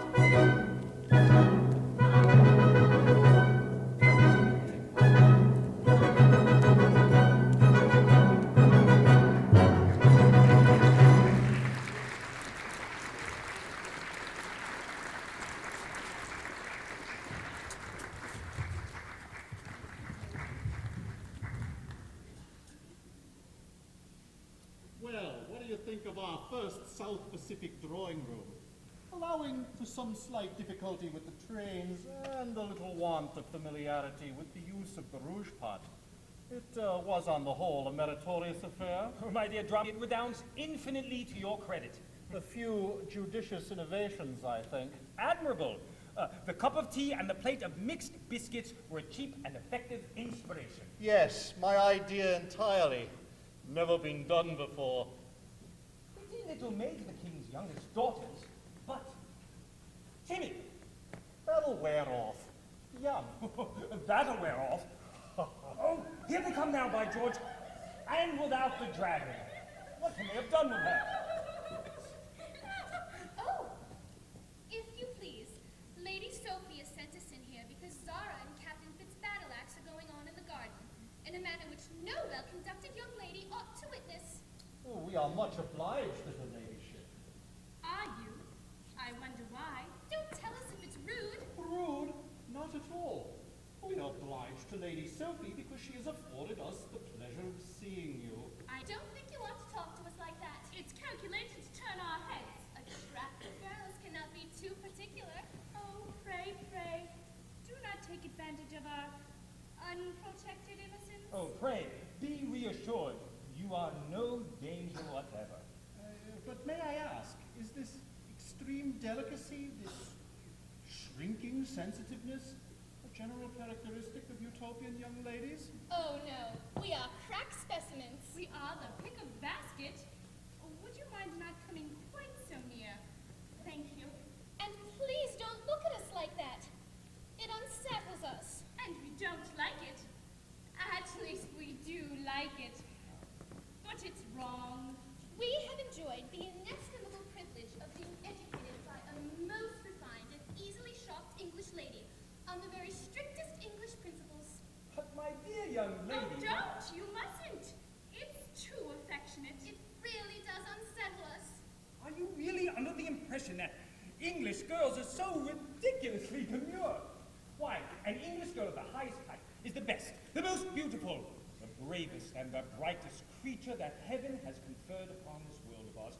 She is frank, open-hearted, and fearless, and never shows in so favorable a light as when she gives her own blameless impulses full play. Oh, you shocking story! Not at all. I'm speaking the strict truth.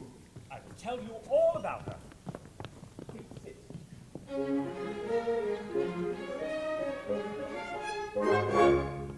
A wondrous joy our eyes to bless. In her magnificent comeliness is an English girl of 11 stone 2 and 5'10" in her dancing shoe.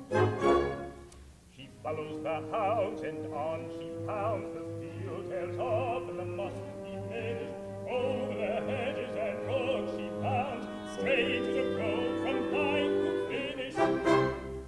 At cricket her kin will lose or win. She and her mate on grass in clover, 11 mates out, 11 mates in, and perhaps an occasional maiden over. Go search the world and search the sea, then come you home and sing with me. There's no such gold and no such pearl as a bright and beautiful English girl.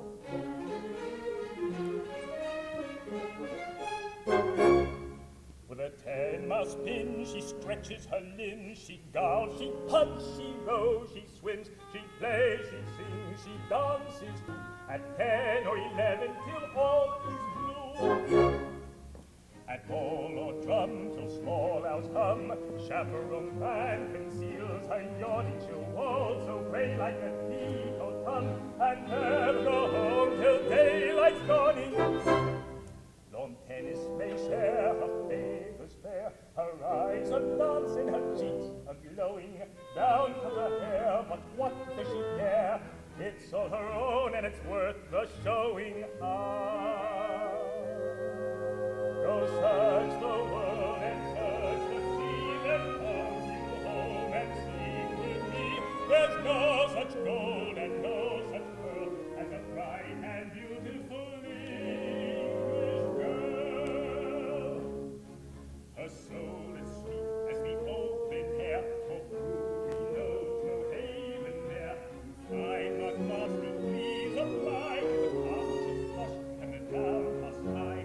Rich in the things contentment brings, to every pure enjoyment wealthy, blithe as a beautiful bird she sings, for body and mind are hale and healthy.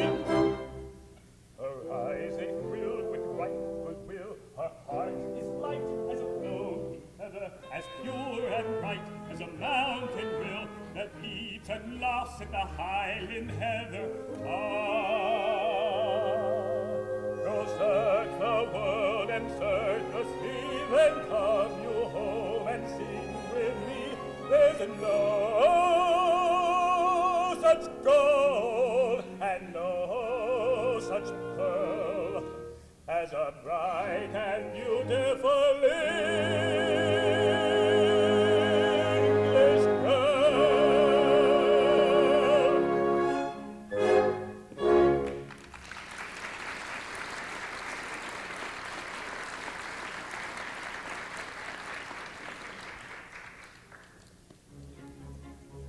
Then I may sing and play. May. And I may laugh and shout. No doubt. These maxims you endure. Of course. Not I. Then I may sing and play, and I may laugh and shout. You won't exclaim about.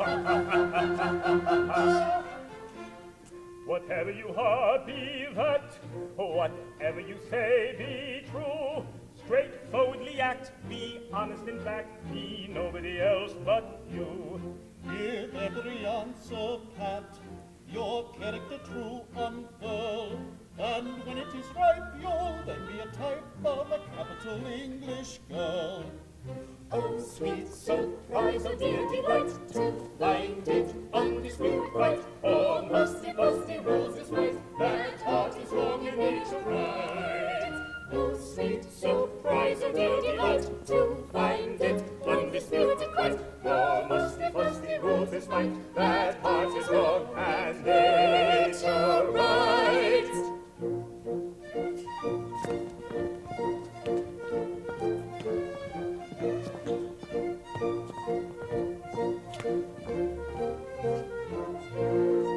When happy I with laughter glad awake the echoes fairly, and only sigh when I am sad, and that will be but rarely.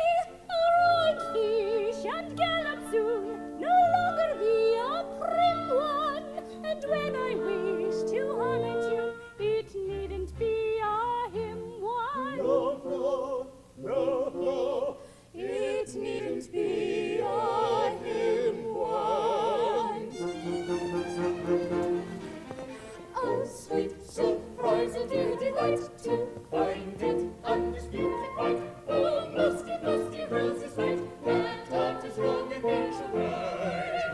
Oh, sweet surprise, oh dear delight, to find it undisputed right. Oh, musty, musty rose is right, that heart is wrong and nature right.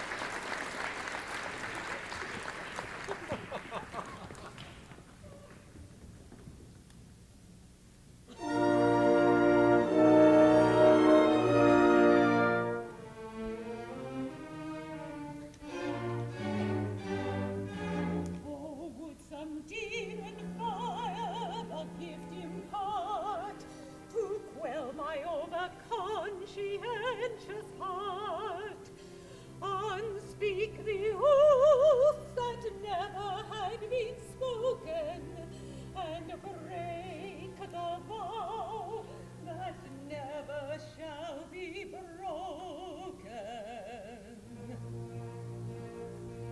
When but a maid of 15 years, unsought, unlighted, short petticoated, and I fear still shorter sighted, I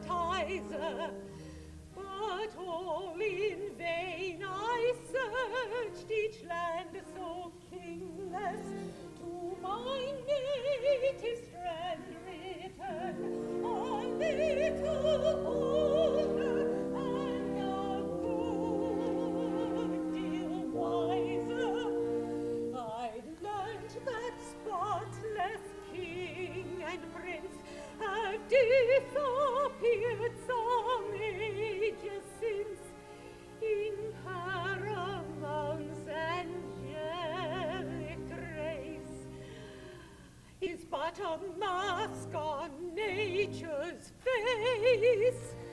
Ah, me,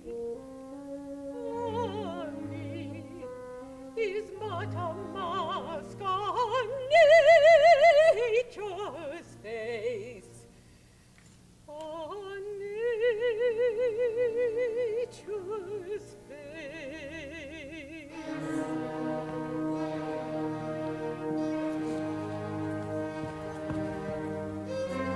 Ah, Lady Sophie, then you love me, for so you sing. No, no, by the stars that shine above me, degraded king. For while these rumors through the city bruited, remain uncontradicted, unrefuted, the object now of my aversion rooted, repulsive thing. Be just, the time is now at hand when truth may published be. These paragraphs were written and contributed by me. By you? No, no. Yes, yes, I swear, by me. I, caught in Scaphio's ruthless toil, contributed the lot.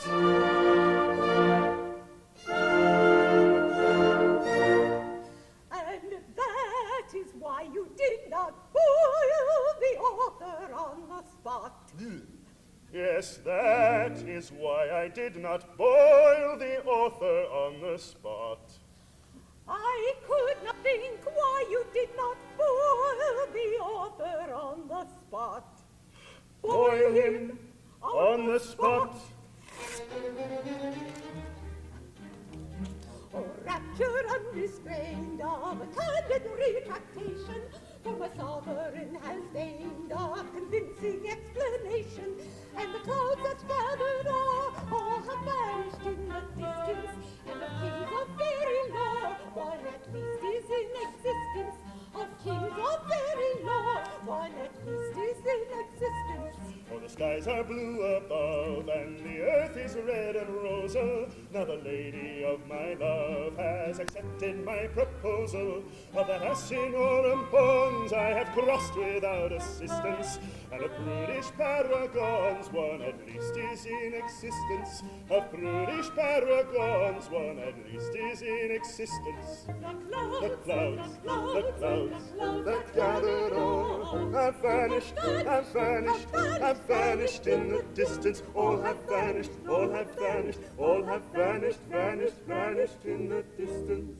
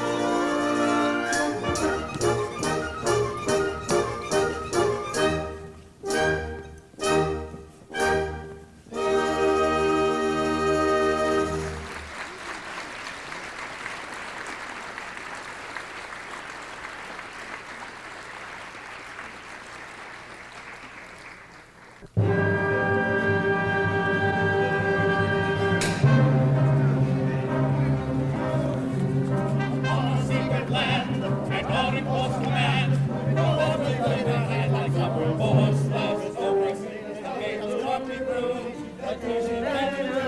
And all is ordered to the stated laws of progress. Reforms are hated hopeless. Down with the laws of progress. Down with the laws of progress. Down with them, down with them, down with them, down with them, down with the laws of progress. What means this most unmannerly eruption? Is this your gratitude for boons conferred? Boons? Bah! Of Pico for such boons, say we. The boons have brought Utopia to a standstill. Our pride and boast, the Army and the Navy, have both been reconstructed and remodeled upon so irresistible basis that all the neighboring nations have disarmed and war is impossible. Your county councillor has passed such drastic sanitary laws that all the doctors dwindle, starve, and die. The laws remodeled by Sir Bailey Barr have quite extinguished crime and litigation. The lawyers starve, and all the jails are let as model lodgings for the working classes. In short, Utopia, swamped by dull prosperity, demands that these detested flowers of progress be set about their business. And affairs restored to their original complexion. My daughter, this is a very unpleasant state of things. What is to be done? I don't know. I don't understand it. We must have omitted something. Omitted something? Well, that's all very well, but Why, of course! Now I remember. I have forgotten the most important element of all. And that is? Government by party. Introduce that great and glorious element, at once the bulwark and foundation of English society, and all will be well. No political measures will endure, for one party will assuredly undo all that the other party has done. And while grouse is to be shot and foxes worried to death, the legislative action of the country will be at a standstill.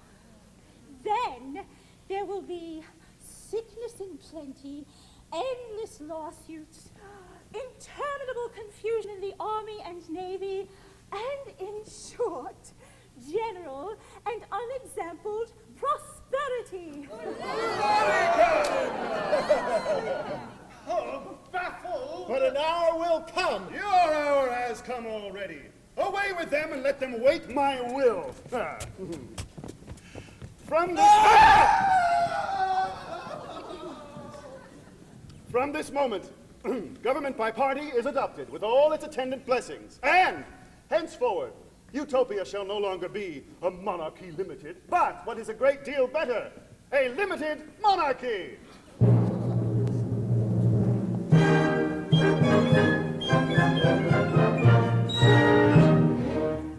There's a little group of isles beyond the waves, so tiny you might almost wonder where it is. That nation is the bravest of the brave, and tyrants are the rarest of all rarities. The proudest nations kneel at her command.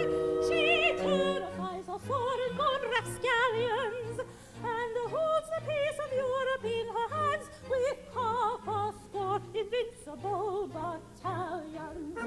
Such a beast is the tale that she's born on the gale, on the island which dwells in the sea. Let us hope for her sake that she makes no mistake, that she's all she professes to be. And may we copy all her maxims wise, and imitate her virtues and her charities. And may we by degrees acclimatize her parliamentary peculiarities. By doing so we shall in course of time regenerate completely our entire land. Great Britain is that monarchy sublime, to which some add but others do not, Ireland. Such a beast is the tale which is born on the gale of the island which dwells in the sea. Let us hope for her sake that she makes no mistake, that she's all she professes to be. Such a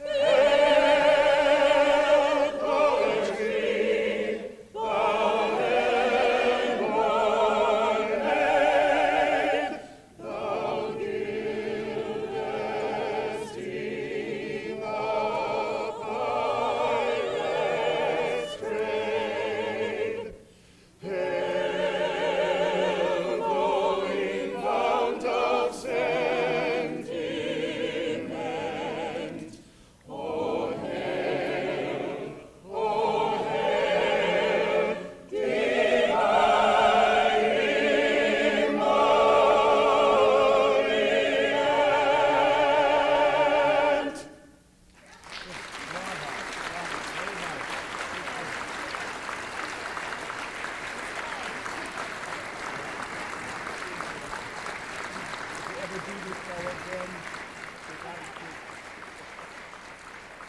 If ever we do it again.